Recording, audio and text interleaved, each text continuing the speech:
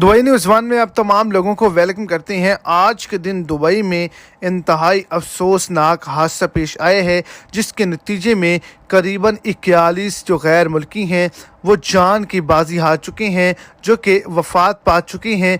Dubai government की जानिब से भी इस पर एक बहुत ही बड़ी रिपोर्ट को जारी कर दिया गया है। तो वीडियो की डिटेल जानने के लिए वीडियो को एंड तक लाजमी तौर पर देखें, ताकि आपको तमाम डिटेल की अच्छे से समझ आ जाए। और अगर इस चैनल पर आप फर्स्ट टाइम है तो लाजमी से चैनल को सब्सक्राइब कर दें, इस वीडियो को लाइक कर दें और अपने दोस्तों तक इसको ज़्यादा से ज़्यादा शेयर करें।